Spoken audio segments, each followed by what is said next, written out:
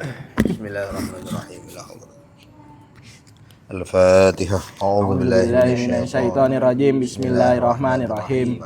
Alhamdulillahirabbil alamin, arrahmanirrahim, maliki yaumiddin. Iyyaka na'budu wa iyyaka nasta'in. Ihdinas siratal mustaqim. Siratal ladzina an'amta 'alaihim ghairil maghdubi 'alaihim waladdallin. Amin.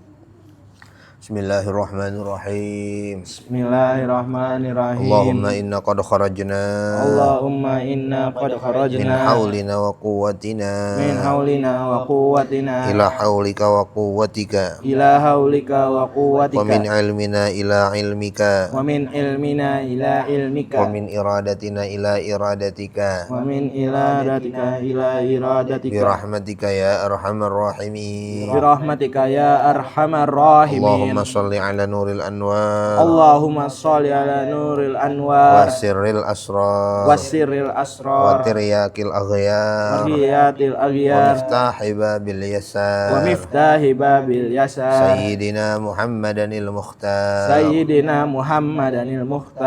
alihil athhar wa ashabihil akhyar adada ni'amillah wa ifdalih. Allahumma aftah lana bi futuhil arifin. Walhamdulillahi rabbil alamin.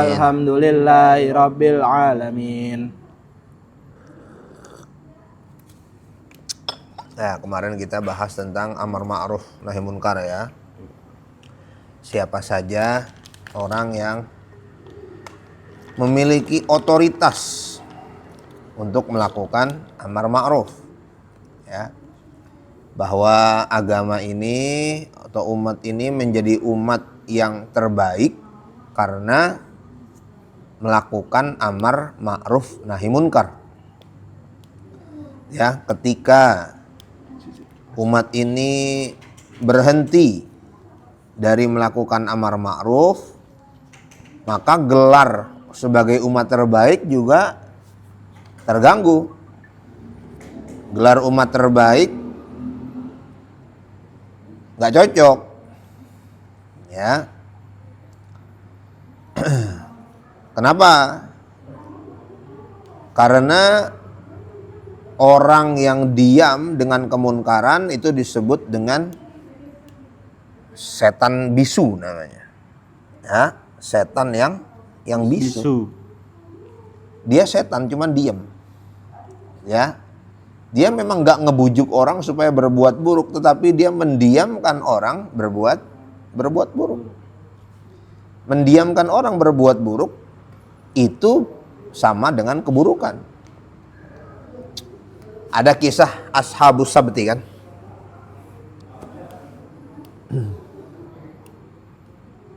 Bagaimana ayatnya? A'udzu billahi minasyaitonir rajim. وَلَقَدْ عَلِمْتُمُ الَّذِينَ اعْتَدَوْا مِنكُمْ فِي السَّبْتِ فَقُلْنَا لَهُمْ كُونُوا قِرَدَةً خَاسِئِينَ فَجَعَلْنَاهَا نَكَالًا لِمَا بَيْنَ يَدَيْهَا وَمَا خَلْفَهَا وَمَوْعِظَةً لِلْمُتَّقِينَ وَإِذْ قَالَ مُوسَى لِقَوْمِهِ إِنَّ اللَّهَ يَأْمُرُكُمْ أَن تَذْبَحُوا بَقَرَةً. Udah cukup itu. Maaf, gimana tadi pertamanya? وَلَقَدْ عَلِمْتُمُ الَّذِينَ اعْتَدَوْا مِنكُمْ فِي السَّبْتِ فَقُلْنَا لَهُمْ كُونُوا قِرَدَةً خَاسِئِينَ. وَلَقَدْ عَلِمْتُمُ الَّذِينَ اعْتَدَوْا مِنكُمْ fis sabti faqulna lahum kunu qiradatan khasiin. Walaqad dan sungguh benar-benar telah alimtum kalian telah mengetahui alladzina tadau melampaui batas fis sabti tentang hari Sabtu. Faqulna lahum kunu qiradatan khasiin, maka kami katakan kepada mereka jadilah kera-kera yang hina. Nah, jadi Ashabus Sabti itu tentang amar ma'ruf nahi munkar. Mereka memilih hari Sabtu Sabtu sebagai hari beribadah. Mereka yang milih. Tadinya hari Jumat. Ya, tadinya hari Jumat, mereka mintanya apa? Hari Sabtu. Kenapa? Karena hari Jumat ikan banyak. Gitu. Jadi mereka minta diundur. Kok Jumat waktunya ibadah, ikan banyak. Mereka minta ibadahnya digeser supaya bisa nangkep ikan. Karena nelayan mereka kan di pesisir pantai. Nah, akhirnya mereka beribadah pada hari Sabtu dan mereka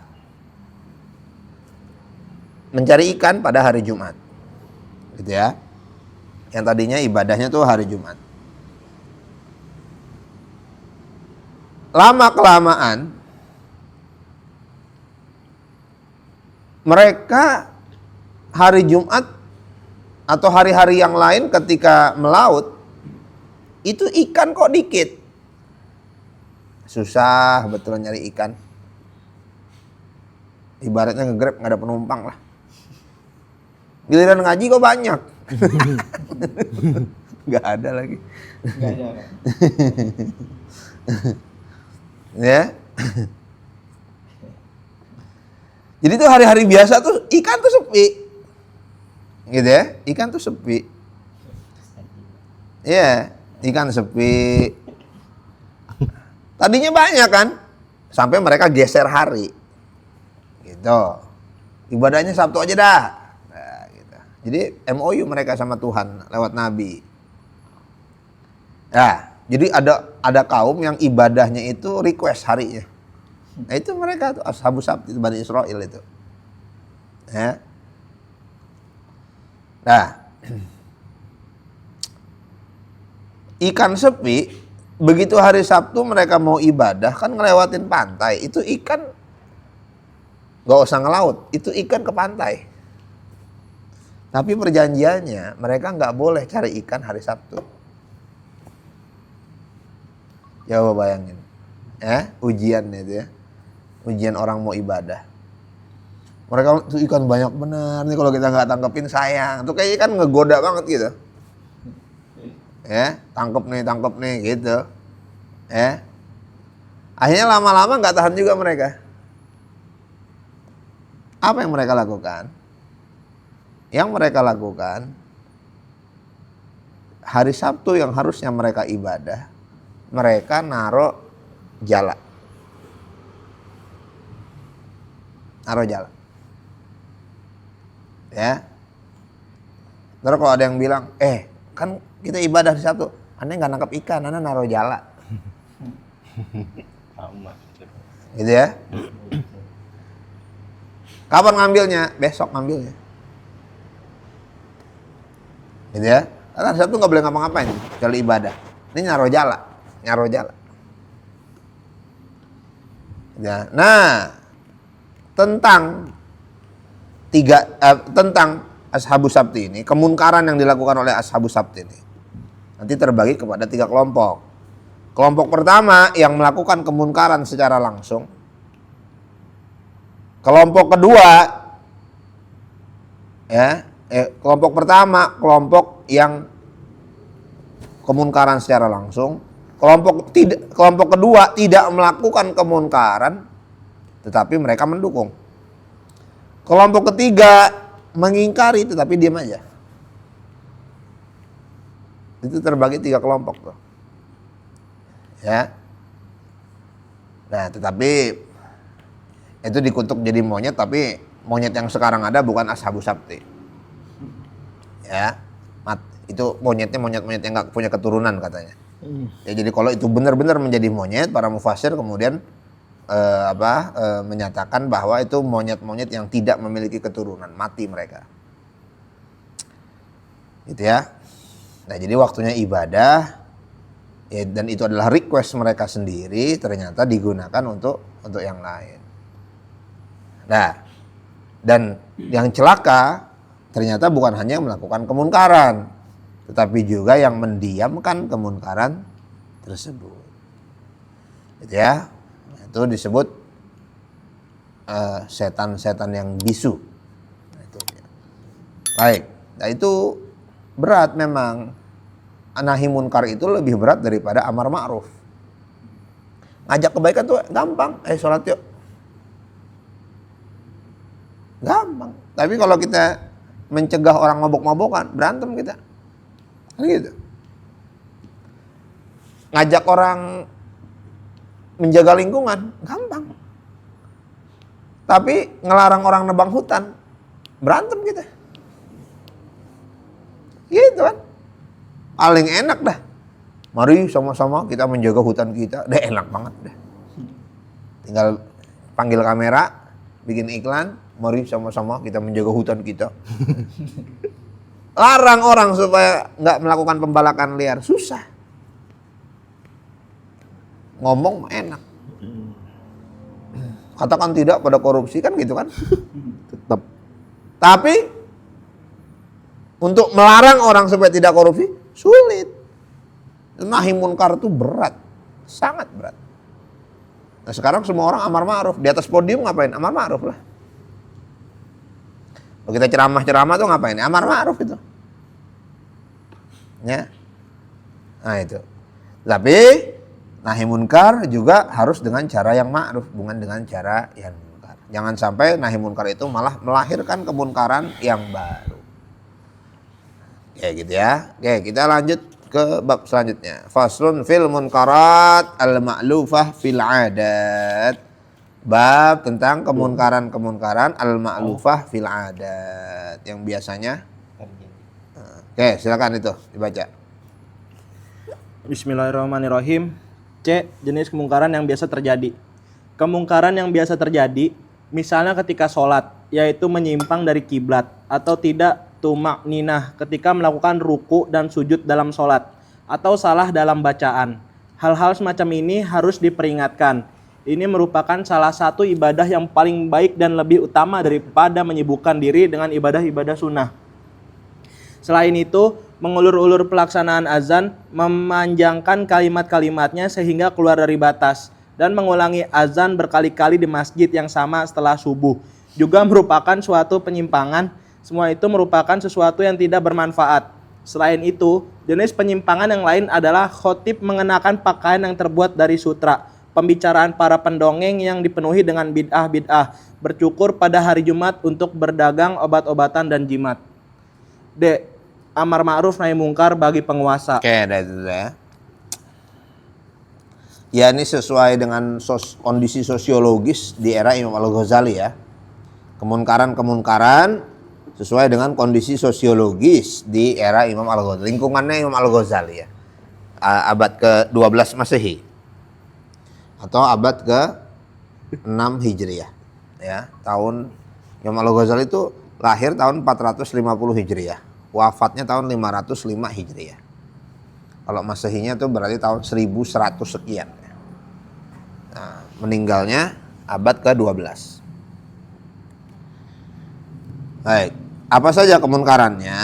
Yang beliau lihat adalah orang itu sholat ngadepnya itu nggak akurat, ya, inhiraf anil qiblah, tidak menghadap ke kiblat, menghadap ke yang lain. Ini juga saya nggak begitu paham kondisi sosiologisnya kenapa orang ya inhiraf anil qiblah ini kenapa? Nah, ya mungkin tadi masjidnya nggak akurat gitu ya, ukur kiblatnya nggak akurat, atau tidak tumak ninah dalam ruku dan sujudnya dan sholatnya terburu-buru ya. Tumak ninah itu apa tuh? Ketenangan dalam sholat. Nggak boleh sholat itu terburu-buru. Maka kalau kayak sholat tarawih yang Allahu Akbar, itu udah dipastikan tidak ada tumak ninahnya. Ya, tumak ninah adalah ketenangan dalam sholat. Dia memang bukan rukun sholat, tetapi itu tanda bahwa sholatnya itu apa? Sholat itu benar.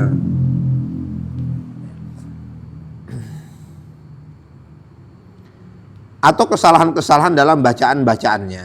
Nah Nah, ini yang dilihat oleh Imam Al-Ghazali rahimahullahu taala. Nah, itu yang kayak begitu tuh harus diperhatikan. Betul. Maksudnya apa? Karena sholat adalah kewajiban utama seorang muslim. Identitas utama seorang muslim adalah sholatnya. Kalau sholatnya munkar, kalau sholatnya nggak bener, kalau sholatnya berantakan, apalagi yang lain. Kewajiban utamanya aja. Ya, ibaratnya kalau atlet mungkin tuh ada latihan pokoknya. Kalau latihan pokoknya aja, apalagi latihan-latihan yang nggak pokok. Ya, nah,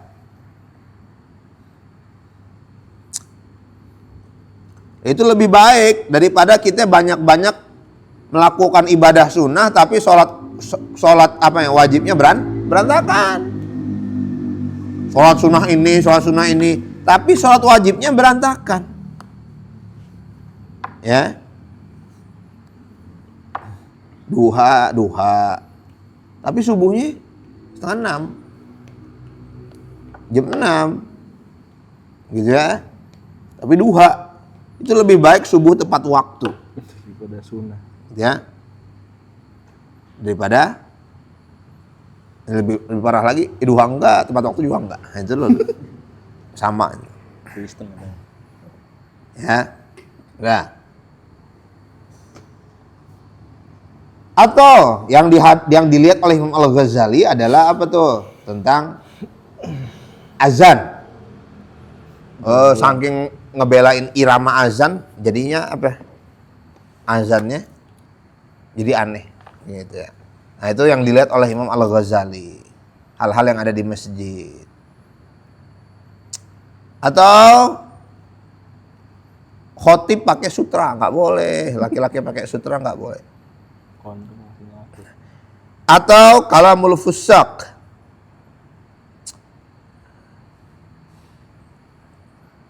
Kita mau bilang stand up komedian tapi boleh orang ngelucu tapi nggak boleh bohong gitu aja. Orang boleh bercanda tapi nggak boleh bohong. Ya, kata Nabi SAW, wailul lilladzina yakdzibuna liyudhika bihin nas. Celaka bagi orang-orang yang berbohong untuk orang ketawa. 1400 tahun yang lalu Nabi bilang.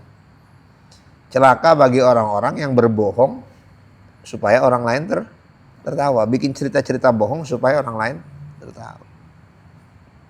Jadi memang ini ya, apa ya? Sebenarnya semuanya tuh ada ininya, ada silsilahnya. Biasanya kan orang tua dokter, anaknya dokter ya. Biasanya kan kalau orang tuanya tuh jenderal, anaknya militer. Walaupun nggak semuanya, tapi kebanyakan begitu kan. Orang tuanya pengusaha, anaknya pengusaha. Sebagaimana juga kalau orang tuanya itu agamawan, anaknya itu agamawan. Memang nggak semuanya, tapi kebanyakan begitu. Jarang ditemukan anak pengusaha jadi agamawan. Ada, cuman jarang. Jarang. Ya. Anak kiai jadi politisi ada. Nah, yang nggak ketemu nih anak politisi jadi kiai nih, ada nggak ya? Belum ketemu sih. Tapi ada. Contohnya anak politisi jadi kiai ya. Yang ada anak kiai jadi politisi. Ya, itu jadi semuanya itu ada apanya? Ada garis keturunannya memang. Gitu, ada garisnya. Sebagaimana stand up comedian itu ada garisnya. Dari zaman mana? Dari zaman jahiliyah lah. Ya. Jadi era-era jahiliyah itu orang kumpul di pasar, lalu ada orang bersyair kan. Ada syair tentang Homer, ada syair lucu, ada syair horor, macam-macam. Mono sendirian. Ya. Kalau sekarang namanya apa tuh berarti? Gitu ya. Jadi semua itu ada garisnya, ada sanatnya semuanya. Ya. Tapi kalau tidak ada kebohongan, ya Nggak apa-apa. Cerita-cerita lucu banyak, asal jangan bohong. Mungkin supaya lucu kita rubah diksinya supaya lucu, nggak apa-apa, asal jangan bohong aja, ceritanya jangan fiktif. Gus Dur punya cerita-cerita banyak tuh kan. Pasti ada diksi-diksi yang dirubah tuh sama Gus Dur. Tetapi ceritanya benar adanya. Ya. Ya. Kalamul fusaq alladzina yamzahuna bil bid'ah. Mereka tuh kalau bercanda tuh dengan bohong. Ya. Oke, lanjut. Itu kemungkaran-kemungkaran yang disebut oleh Imam Al-Ghazali karena kondisi sosiologisnya. Kalau di zaman sekarang ya banyak lah kemungkaran-kemungkaran. Selain yang memang udah disebut Imam Al-Ghazali yang sekarang ada, masalah sholatnya nggak tumakninah, kiblatnya nggak rapi, ya, atau berbohong dalam cerita-cerita, ya, dan kemungkaran-kemungkaran yang lain. Termasuk kemungkaran adalah apa tuh? Orang tua bawa anaknya umur 4 tahun, 5 tahun keliling-keliling ngamen. Itu kemungkaran itu. Kemungkaran. Ya harusnya Dinsos, Satpol PP, nggak boleh, itu tuh kemungkaran. Bagaimana anak umur 4 tahun suruh apa? Ngamen. Anak umur 5 tahun suruh ngamen, rusaklah otak anak itu. Apalagi orang buang sampah sembarangan. Subuh-subuh sekalian kerja, sekalian bawa sampah, buang aja dia di mana aja itu. Ya, ada itu di pinggir jalan kantong plastik isinya sampah. Itu. Ya enggak? Orang mana tuh kira-kira tuh? Ya, orang mana tuh kira-kira tuh? Tahu-tahu di pojok ada aja sampah gitu. Emang niat dia kan? Ada ternyata orang-orang begitu tuh. Itu kemungkaran. Sampai dituliskan yang buang sampah di sini mati sekeluarga. Ya ada sepanduknya enggak? Ada tuh. Tetep aja buang sampah di situ. Aneh kan? Nanti dia lebih takut bayar sampah daripada didoain orang. Ya, lebih takut bayar tukang Sampah daripada didoain orang. Dia tahu nggak bakal makbul orang sini kalau doa gitu. udah kebaca. Masya Allah itu. Udah dibersihin, ya, dikasih spanduk. Yang buang sampah di sini sekeluarga mati ketabrak.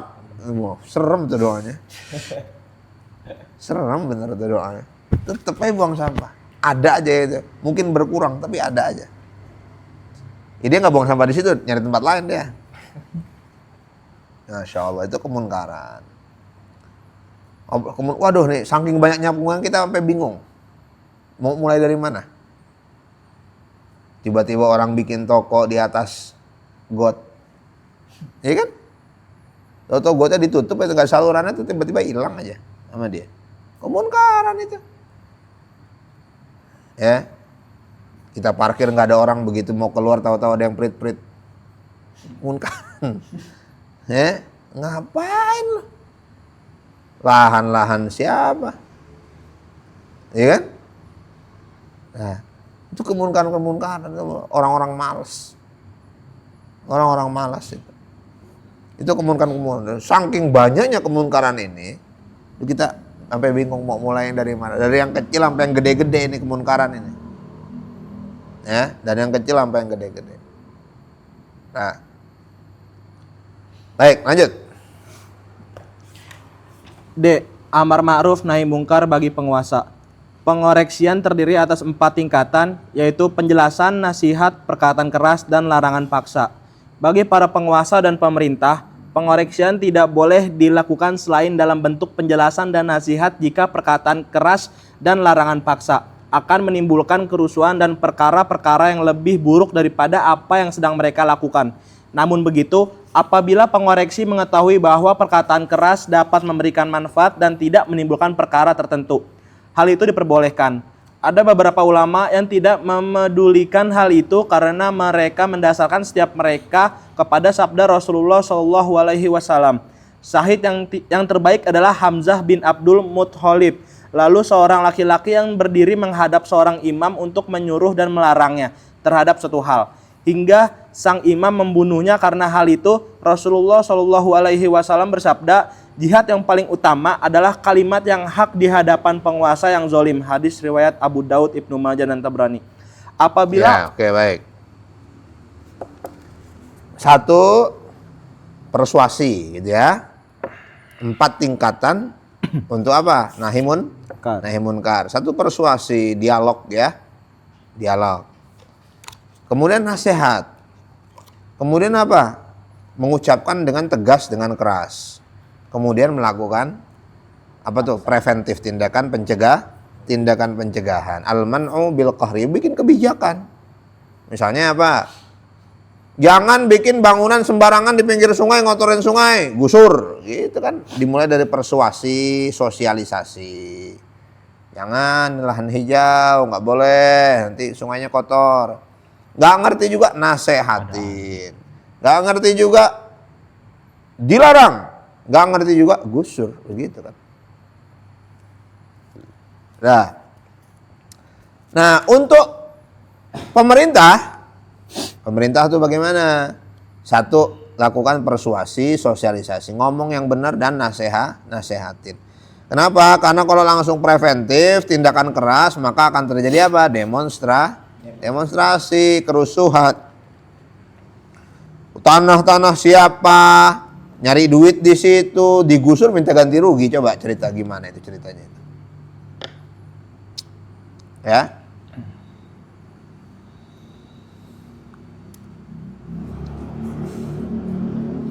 Ya katanya orang Madura tuh punya kalau ada tanah kosong ditaruh dulu tuh baju. Sebulan tuh baju nggak hilang, taruh topi. Sebulan topi nggak hilang, taruh tongkat. Atau nggak hilang tuh 3 bulan, bikin langsung deh. Gitu ya. Nah, semua bumi punya Allah katanya begitu. semua bumi. Ya memang bumi punya Allah kan, memang betul kan. Nah, ya, itu. Jadi dia nggak sadar loh, dia itu tanahnya ngerampas kok. Begitu digusur minta ganti rugi. Wah, aneh. Tanah orang kok. Nah, tetapi kalau kebijakan pencegahan itu bisa diatur kondusif, maka nggak apa-apa, langsung aja gusur. Ya. Nabi SAW menyatakan, nah ini ya, sebaik-baiknya orang syahid adalah Hamzah bin Abdul Muttalib. Lalu siapa sebaik-baiknya orang syahid? Syuhada terbaik adalah orang yang berdiri di hadapan seorang pemimpin untuk protes tentang ketidakadilan pemimpin tersebut, tapi pemimpin tersebut merasa tersinggung, akhirnya dihukum mati orang yang protes itu. Maka dia adalah sebaik-baiknya syuhada, syahid. Tapi beda kalau kita ngomongnya di atas panggung. Kalau kita ngomong di atas panggung, nggak ada orangnya tuh ngapain?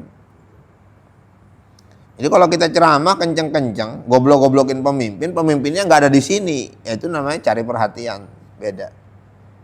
Kalau mau ke istana, ke depan istana, ke hadapan orangnya ngomong.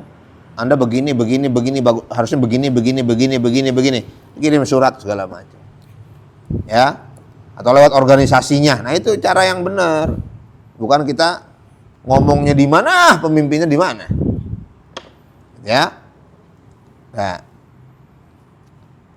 Qala sallallahu alaihi wasallam, kalau kayak gitu, kalau goblok-goblokin pemimpin di hadapan rakyat umum, pemimpin yang enggak ada, itu malah apa? Melahirkan caci maki. Hate speech itu namanya. Mengundang orang itu untuk saling caci maki jadinya, mencaci maki pemimpin. Jadi nasihat yang benar kepada pemimpin adalah di hadapan si pemimpin itu. Di hadapan si pemimpin itu.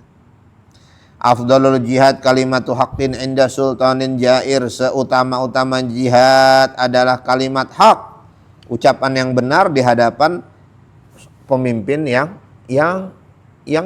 curang, yang durhaka, pemimpin yang durhaka. Nah, itu adalah seutama-utamanya jihad. Nah, jadi bukan hanya angkat pedang jihad itu, bukan hanya perang jihad itu, tetapi mengatakan kebenaran, kritik kepada pemimpin. Nah, siapakah orang yang paling bisa untuk mengkritik pemimpin? Ya ormas-ormas. Yang jadi masalah ormasnya sendiri menjadi koalisi, itu masalah. Tugasnya ormas-ormas itu adalah untuk kontrol sosial. Kalau pemimpinnya melakukan keburukan, ormas-ormas besar tegur. Pak Gubernur melakukan kesalahan. Apa itu kesalahannya?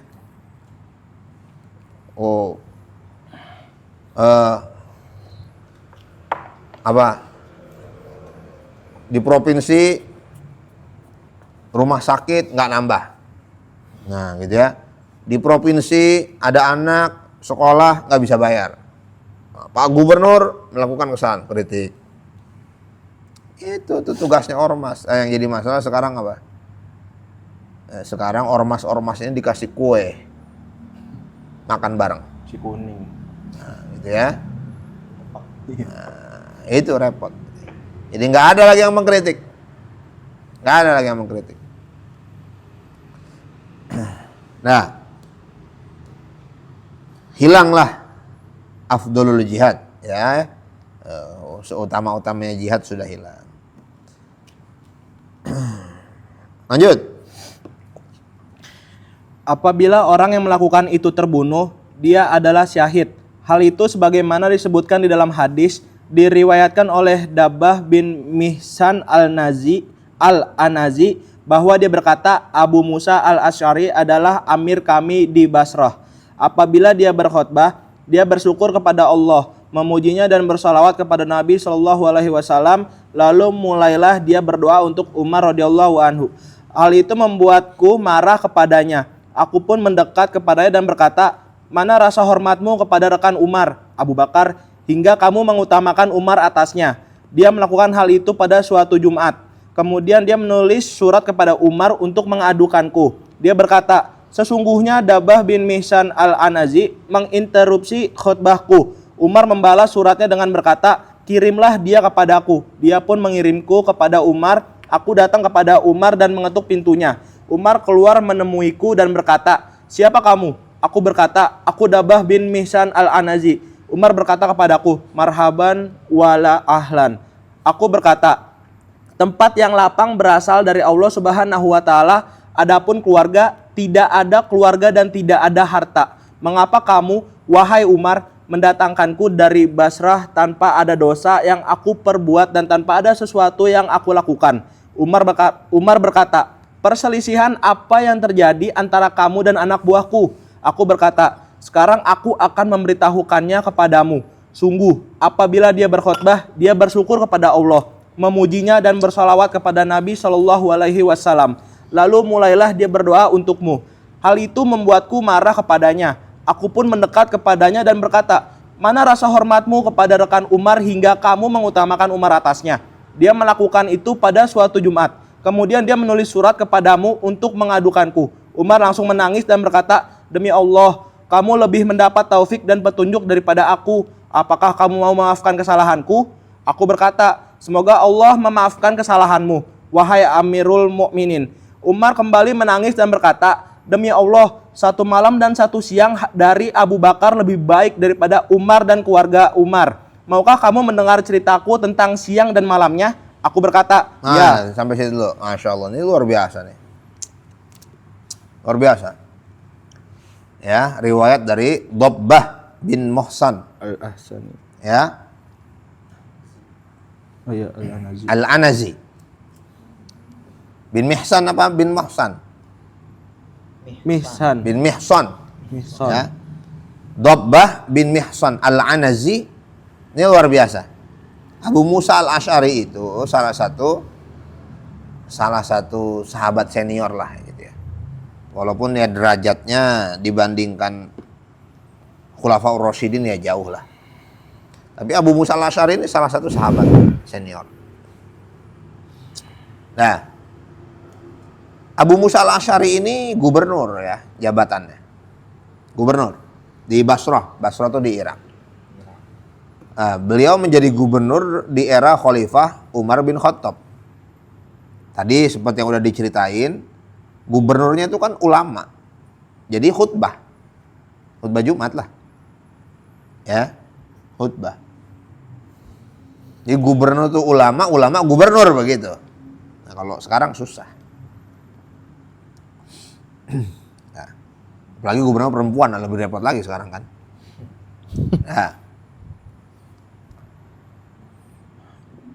Nah, yang ganjil adalah menurut Dobbah bin Mihson ini, setelah tahmid, loh, yang disebut namanya kok cuman Umar doang. Itu nggak etis. Kenapa? Karena ada sahabat Rasul yang lebih dekat. Siapa dia? Abu Bakar As-Siddiq radhiyallahu taala. Itu nggak etis itu. Akhirnya dikritik sama Dobbah nih, dikritik. Oh, kamu tuh nggak punya etika. Kalau ada Abu Bakar kok kamu nggak sebut-sebut tuh Abu Bakar. Abu Musa nih, alah nih apa sih? Dah, sono aja lapor lah ke orangnya langsung lah. Gitu kira-kira ya. Nah, karena ini tentang Umar bin Khattab, Umar bin Khattabnya masih ada, ya udah kamu langsung aja ke sana protesnya. Gitu ya. Nah, tadi sebagaimana sudah diceritakan, kamu punya masalah apa, kata Umar bin Khattab ini sama gubernur Abu Musa. Oh, dia itu kalau khutbah tuh yang disebut cuma nama kamu doang, padahal ada Abu Bakar Siddiq. Itu nggak beretika itu. Apa kata Umar? Iya bener itu. Saya yang salah. Harusnya tuh Abu Bakar juga disebut. Coba apa kata Umar? Lailatan min Abi Bakrin. Lailatun min Abi Bakrin wa yaumun khairun min Umar wa ali Umar. Satu malam dan satu hari, satu siang dan satu malam milik Abu Bakar itu lebih baik daripada Umar bin Khattab dan keluarganya Umar bin Khattab. Ya, jadi satu harinya Abu Bakar Siddiq itu lebih utama daripada Umar bin Khattab dan keluarganya Umar bin Khattab. Padahal Umar bin Khattab itu punya anak namanya Abdullah bin Umar, punya anak namanya Hafsah, jadi istrinya Nabi. Tapi kata Umar bin Khattab, satu harinya Abu Bakar itu lebih baik daripada Umar bin Khattab dan keluarganya. Apa kesimpulannya? Satu, mengakui ada orang yang lebih baik. Ini sulit bagi seorang pejabat. Yang diingat yang dulu-dulu itu jelek-jelek semuanya. Satu, kalaupun nyebut kebaikan orang itu karena takut aja. Nah, takut karena dia jadi gara-gara yang kemarin gitu aja kan. Ya, saya tidak ingin menyalahkan masa lalu. Iya, karena kamu jadinya tuh gara-gara yang kemarin. Itu satu. Yang kedua, kalau dia jadinya sendiri karena persaingan, nah dia nggak akan sebut sama sekali kebaikan orang sebelumnya. Yang sebelumnya tuh jelek semuanya. Nah, kira-kira gitu. Nah, ini teladan dari Umar bin Khattab. Mengakui keistimewaan Abu Bakar Siddiq. Dengan apa? Pujian yang sangat luar biasa. Satu harinya Abu Bakar Siddiq lebih baik daripada Umar bin Khattab dan keluarganya Umar. Apalagi kita, debu-debu. Biasa aja. Ya. Debunya Umar juga lebih bagus daripada kita. Gitu ya. Nah, itu teladan yang pertama. Apa? Mengakui keunggulan orang. Yang kedua, kalau salah ngaku salah. Nah, ini yang jarang di kita ini. Sulit untuk ketemu orang ngaku salah. Ya, kemarin minyak goreng langka, salah saya. Itu nggak ada itu. Nggak ada itu. Ya, kemarin banjir, salah saya. Itu nggak ada itu. Nggak ada. Malah umroh. Gitu ya. Siapa tahu nanti ada yang jadi pejabat. Amin. Walaupun jauh lah ya. Tapi insya Allah kan. Walaupun jauh. Nggak ada kemungkinannya. Nah. Apa? Tidak akan rendah orang yang merendah diri. Nggak akan. Ya. Tapi akan rendah orang yang egois, tidak mau mengakui kesalahannya. Dia mungkin punya jabatan, tapi di hadapan manusia hina dia. Di hadapan manusia hina dia. Dia punya jabatan, tapi dia tidak punya kemuliaan. Ada orang memiliki kemuliaan, tapi tidak memiliki jabatan. Ada orang memiliki jabatan, tapi tidak memiliki kemuliaan. Ya, kemuliaan itu namanya maqamam mahmuda. Maqamam mahmuda itu nggak perlu jabatan, tapi dia memiliki tempat yang terpuji di hati manusia. Gitu ya. Nah, itu teladan daripada Umar bin Khattab radhiyallahu anhu. Enggak sekali nih Umar kayak gini nih. 2 kali nih. Oh, ada kisah lagi kan, apa tuh? Orang Yahudi yang tanahnya mau digusur, ya, oleh gubernur. Ngadu kepada Umar bin Khattab. Dikirim tulang sama Umar bin Khattab, digaris pakai pedangnya. Ya. Jangan diganggu harta orang. Nah, itu Umar bin Khattab. Umar bin Khattab ini nggak punya rumah dinas. Boro-boro istana, rumah dinas nggak punya Umar bin Khattab ini. Ya, prestasinya Islam dakwah sampai sepertiga bumi. Sepertiga bumi itu Islam semua itu. Daerah kekuasaan Islam. Tapi Umar bin Khattab tidak memiliki, boro-boro tunjangan rumah 50 juta. Umar bin Khattab nggak punya itu. Ya, orang nanya, di mana istana Umar? Istana Umar di bawah pohon. Siapa pengawal Umar? Pengawal Umar orang miskin, janda-janda, yatim piatu. Nah, itu Umar bin Khattab. Lanjut, ceritanya lanjut. Kalau cerita bacanya yang enak lah. Cerita, lebih cerita. Jangan kayak baca koran cerita. Takut pules tata. Nah. Dongeng. Tadi mana ya? Ini. Aku berkata, ya. Umar berkata, malamnya adalah bahwa ketika Rasulullah Shallallahu Alaihi Wasallam ingin keluar dari Mekah untuk melarikan diri dari orang-orang musyrik. Beliau keluar pada malam hari dan Abu Bakar mengikuti beliau. Kadang dia berjalan di depan beliau, kadang di belakang beliau, kadang di samping kanan beliau, dan kadang di samping kiri beliau. Nabi Shallallahu Alaihi Wasallam pun berkata, apa yang kamu lakukan ini?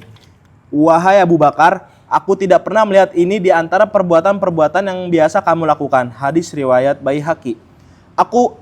Abu Bakar berkata, wahai Rasulullah, kadang aku teringat jalan sehingga aku berada di hadapanmu. Kadang aku teringat pengejaran sehingga aku berada di belakangmu.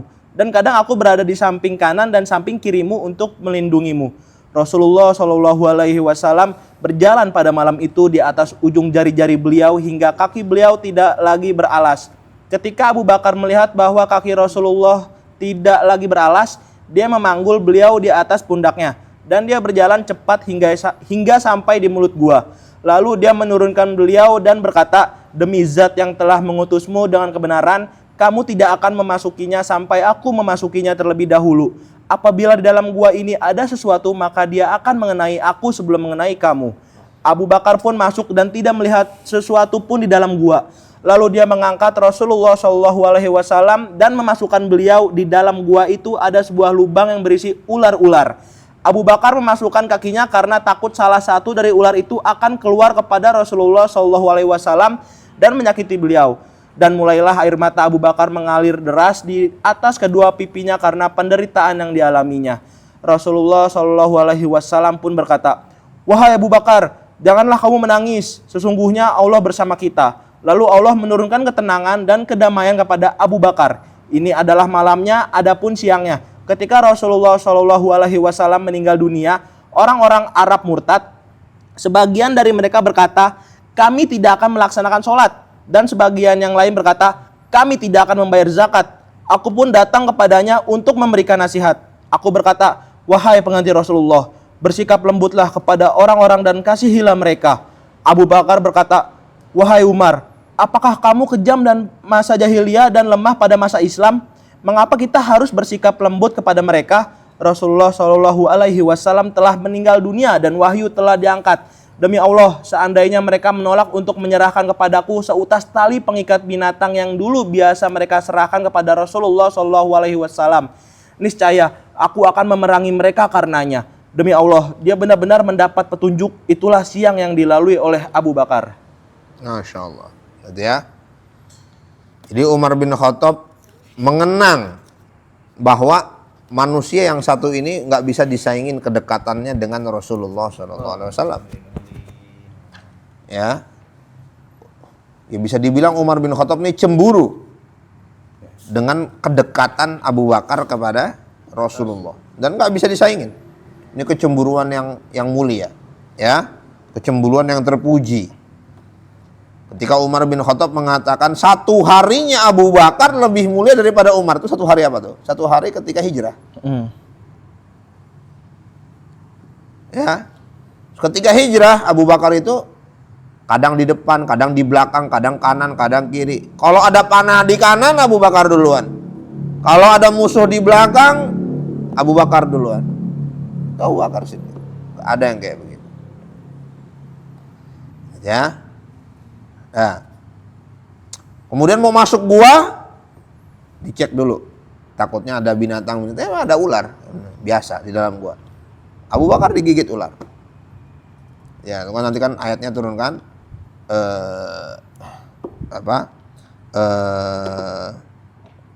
iz akhrajahu alladzina kafaru idhuma fil ghar ya iz akhrajahu alladzina kafaru saniyasnaini idhuma fil ghar faqala li sahibihi la tahzan innallaha ma'ana fa anzalallahu sakinatahu alaihi wa ayyadahu bijunudin lam tarauha. Ya. Nah, itulah Abu Bakar Siddiq radhiyallahu taala anhu itu. Itu hari yang enggak akan bisa disaingi oleh siapapun manusia yang ada di dunia ini. Satu hari di mana hanya ada Abu Bakar yang mengawal Rasulullah SAW. Ya, yang menjadi titik tolak perkembangan Islam. Kalau ada orang setelah Nabi yang paling pantas untuk kita peringati, Abu Bakar. Kalau ada orang yang paling pantas untuk diperingati setelah Nabi, yaitu Abu Bakar. Nggak ada lagi yang lain. Kalau ada haul yang paling pantas untuk kita hauli, ya haul Abu Bakar. Ya, setiap tahun. Boleh nggak haul Abu Bakar? Ya boleh lah. Cut Nyadin kita ingat kok. Terus siapa lagi?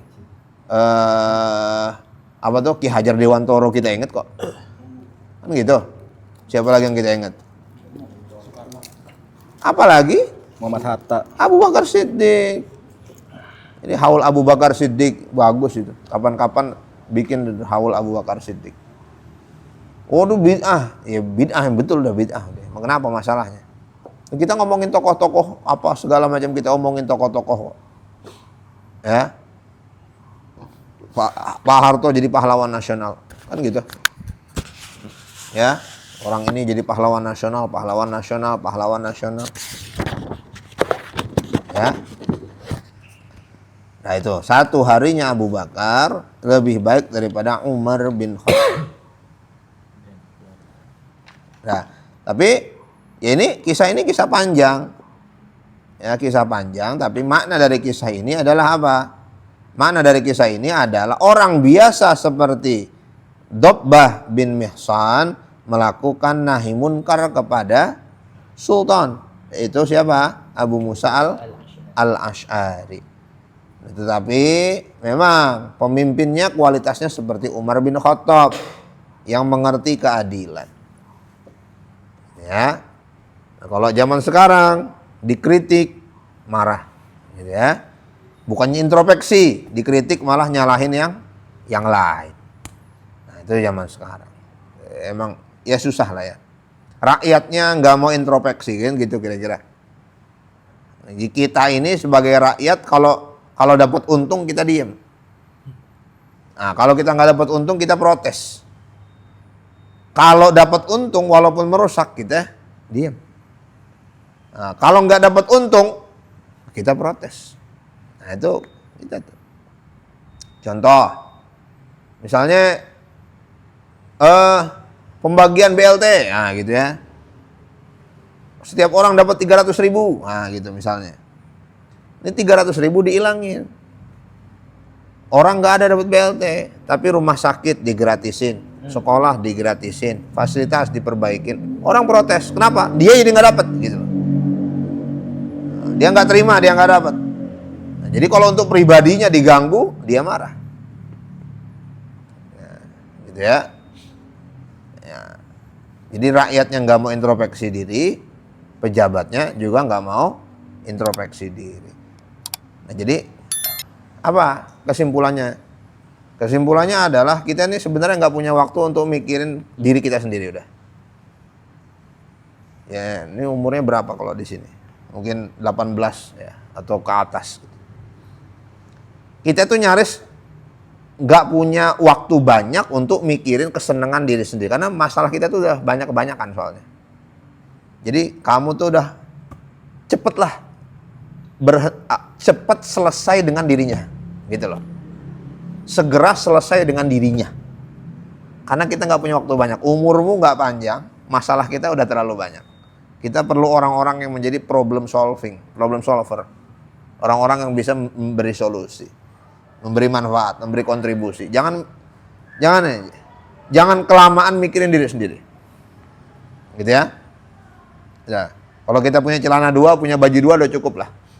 Kalau punya lebih dari itu ya alhamdulillah. Sisanya itulah. Apa ya? Aktif lah. Ya. Aktif, kontribusi, bergaul yang baik, begitu. Ya, jangan insya Allah lah, yang penting kita masih bisa makan gitu ya. Alhamdulillah lah gitu. Ya, semakin kita pikirin kekurangan kita nggak akan selesai hidup kita ini. Gitu. Jadi segera selesai dengan urusan dirinya. Jangan kelamaan. Oke. Oke, kira-kira cukup sampai di sini. Wallahu a'lam bishawab. Mungkin ada pertanyaan, silakan. Sedikit, Ustaz. Ya. Satu pertanyaan aja. Mungkin agak lumayan sedikit kembali ke filosofis. Kan amar ma'ruf sudah diterangkan. Ma'rufnya ini adalah kebaikan yang dikenal, populer dan diketahui masyarakat. Nah, munkar itu sendiri, Ustaz. Nah, berkenaan dengan yang C tadi, jenis kemungkaran yang biasa terjadi. Munkar itu secara lugawi atau istilahi bagaimana, Ustaz? Definisikan? Ya. Sebagaimana ma'ruf itu adalah kebaikan yang populer, maka kemunkaran adalah keburukan atau kejahatan yang bukan hanya buruk di hadapan syariat, tetapi juga dia buruk di hadapan masyarakat. Jadi itu kebalikan daripada apa? Ma'ruf tadi. Ya, kebalikan daripada ma'ruf.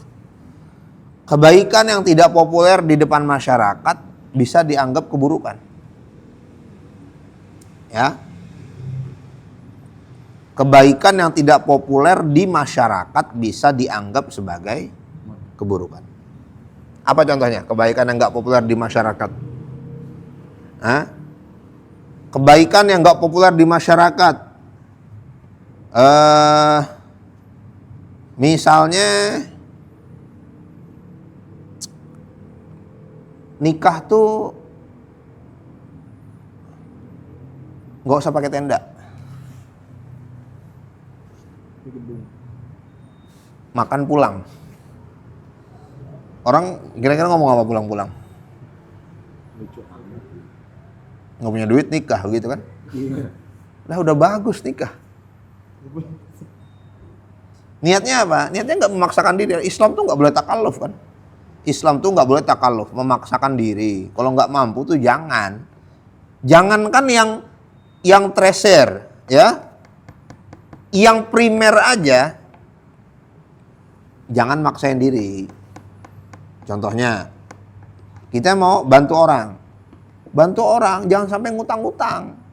Karena pusing sendiri nanti. Bantu orang, tapi nyusahin orang. Gue mau bantu dia nih, minjem duit dong. Ya, ngapain? Ya, Islam tuh tidak takalluf. Apalagi yang tersier. Apa tuh? Tenda lah, apa segala macam. Tapi kan gak populer kan di masyarakat kita kan? Di masyarakat kita harus suah kan? Harus nutup jalan orang lah pokoknya lah. Gitu kan? Itu tuh. Itu kebaikan yang nggak populer, padahal tuh bener tuh kayak begitu. Itu bener tuh kayak gitu tuh bener itu. Yang penting orang makan lah gitu kira-kira ya. Makannya tuh pantas lah gitu. Nah kemunkaran juga begitu. kemunkaran. Ya. Kemunkaran dalam pandangan syariat, dan memang di masyarakat itu tidak baik. Gitu ya. Di masyarakat itu tidak baik. Itu adat istiadat yang apa? Adat istiadat yang buruk. Itu kemunkaran. Kalau di sini tadi Imam Al-Ghazali rahimahullah taala. Imam Al-Ghazali fokusnya kepada apa? Kepada ibadah.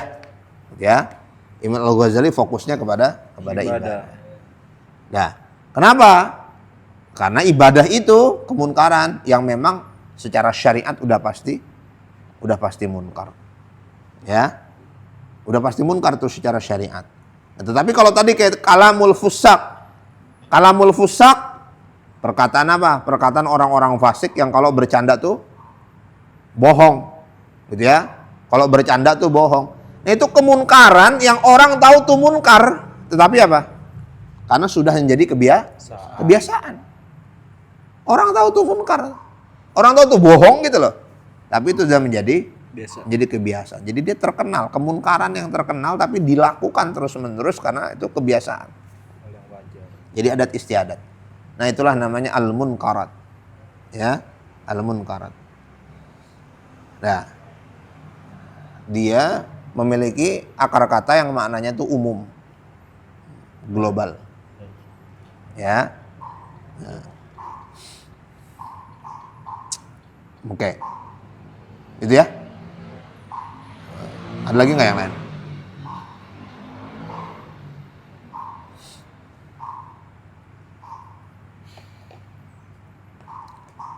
Oke, cukup ya? Insyaallah. Nanti dilihat recordernya aja lagi. Siaran ulang. Wallahu a'lam bishawab. Mudah-mudahan ada manfaatnya. Nyarikan.